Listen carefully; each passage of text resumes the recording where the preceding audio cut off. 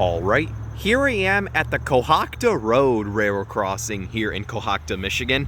Now this crossing right here is a very rare, old, like vintage crossing owned by the Great Lakes Central Railroad, which is a short line that extends from Durand that branches off the C on Holly sub and continues south from there all the way to Ann Arbor, where it eventually becomes the Ann Arbor Railroad. Well, it technically is, but GLC shares assets with Ann Arbor, I believe. But yeah, so this crossing right here, I decided to come here to the small village of Cohoctah to check out this crossing myself, because this right here is probably the only crossing I have seen with almost all rare equipment, and also let alone that almost everything here is completely original from the day it has been installed. So yeah, and I guess with all that said, I'll explain everything as I go on. So with all that out of the way, let's get on to the tour. So for the first signal, this has a WRRS base. And here's the emergency information, and the dot tag and the dot number is 000307L, and it's kind of goofy how the first three digits are all zeros. Well, Ann Arbor Railway does that too, but as you can see, this one's owned by GLC. And for the gate mechanism on this one, which is rare, this has a WRRS gate mechanism. Now, these are super rare, and you don't really see these anymore. Well, they're not super rare, but they're very uncommon.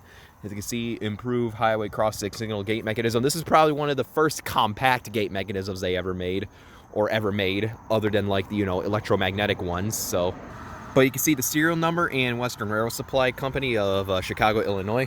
And this features some NEG incandescent gate lights, older generation, no wind guard on this signal. And for the lights, this has 3 pairs of WRRS 8-inch cast iron 8-inch lights, as you can see, all incandescent. Yep, these are all made of cast iron with the glass lens and everything. And these are all sitting on WRRS light brackets. These are super duper old lights. Now, these are actually kind of identical to the Transport Products 8-inch lights.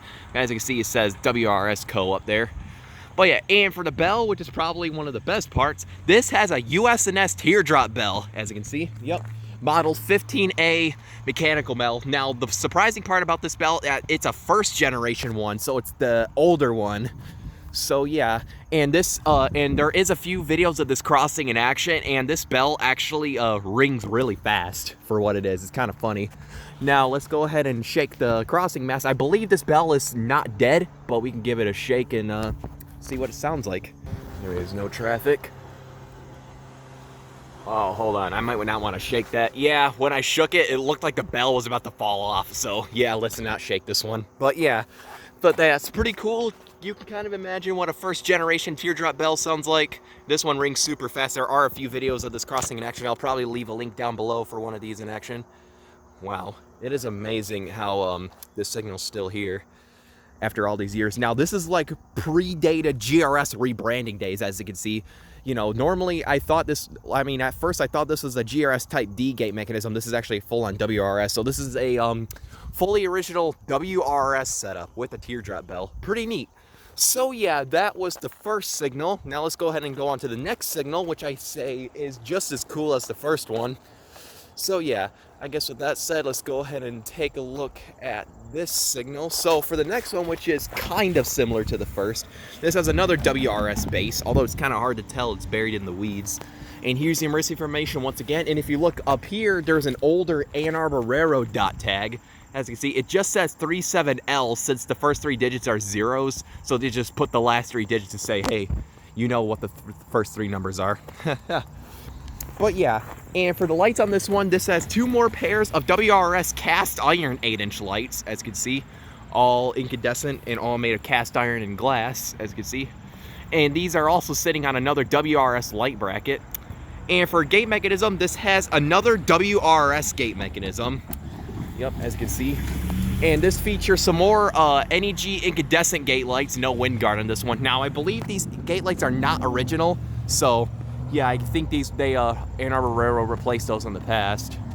But yeah, and for the bell on this one, this has a Griswold Mechanical bell. Yep, pretty neat stuff to see here. Yep, a Griswold and a US&S Teardrop bell. This is probably like the most classic bell combo you will probably ever hear.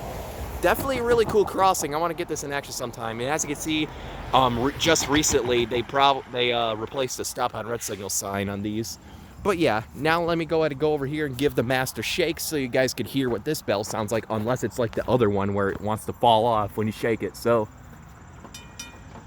yep, there it is. You can only, that's really how far I could reach. So, yep, there's the Griswold bell for you. So yeah, this right here, I guess that is all there is show for the equipment for the Cohoctah Road Railroad crossing here in Cohoctah, Michigan. Here's the relay case, which says TSB Railway on the side. See, the light is on. A very old relay case. As you can see, it has the Rayco logo on it, or I think that's a Siemens box. I think they remastered the internals a little bit on the relay case, just so it's compatible. And since there are videos of this crossing in action, the lights actually flash pretty fast here. Like the bells ring fast, the lights flash fast. Everything is fast, but yet it's still working strong. So yeah, I guess with all that said, let's go ahead and take a look at the track view. Down there is heading north towards, eventually towards the Byron and Durand area, and towards another crossing at not Byron Road, Richards Road, I think that's what it's called. As you can see, there's a siding track right here that's clearly unused, which leads to this grain elevator. I don't think they use this anymore, judging from how overgrown it is, but yeah. That's where that heads to. And down there is heading south right towards a crossing at Elm Street. And as you can see the old switch stand where the little siding track branches off to. And this pretty much just heads down after this crossing towards a long straightaway and a curve, eventually towards more crossings down south. Now, this was an awesome crossing to check out in person. Now, comment below if you guys want me to tour more Ann Arbor / GLC crossings.